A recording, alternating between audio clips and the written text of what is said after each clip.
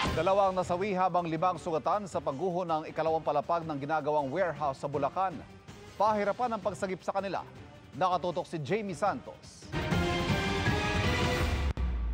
Napuruhan sa kanang binti ang lalaking ito na nasa ospital. Isa siya sa 7 tauhan ng industrial compound na sakop ng Bustos at Pandi sa Bulacan, kung saan gumuho ang ikalawang palapag ng ginagawang warehouse kahapon. Bukas daw po pero naka-stress. Nasa ilalim ako eh.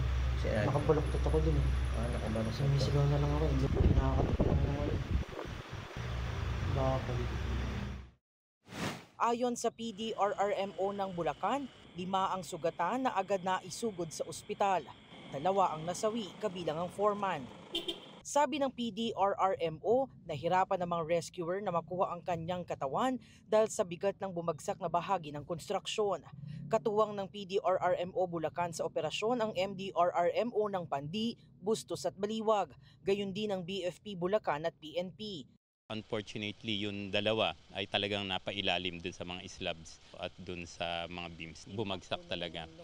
In fact, yung foreman nito, nakita talaga natin na talagang natamaan ng beams talaga ang nagpahirap sa atin. Naipagbigay alam na sa mga kaanak ng foreman ang nangyari.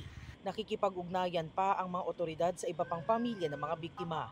Tukoy na raw ang may-ari ng warehouse at patuloy ang imbestigasyon sa sanhi ng disgrasya. Para sa GMA Integrated News, Jamie Santos, nakatutok 24 oras.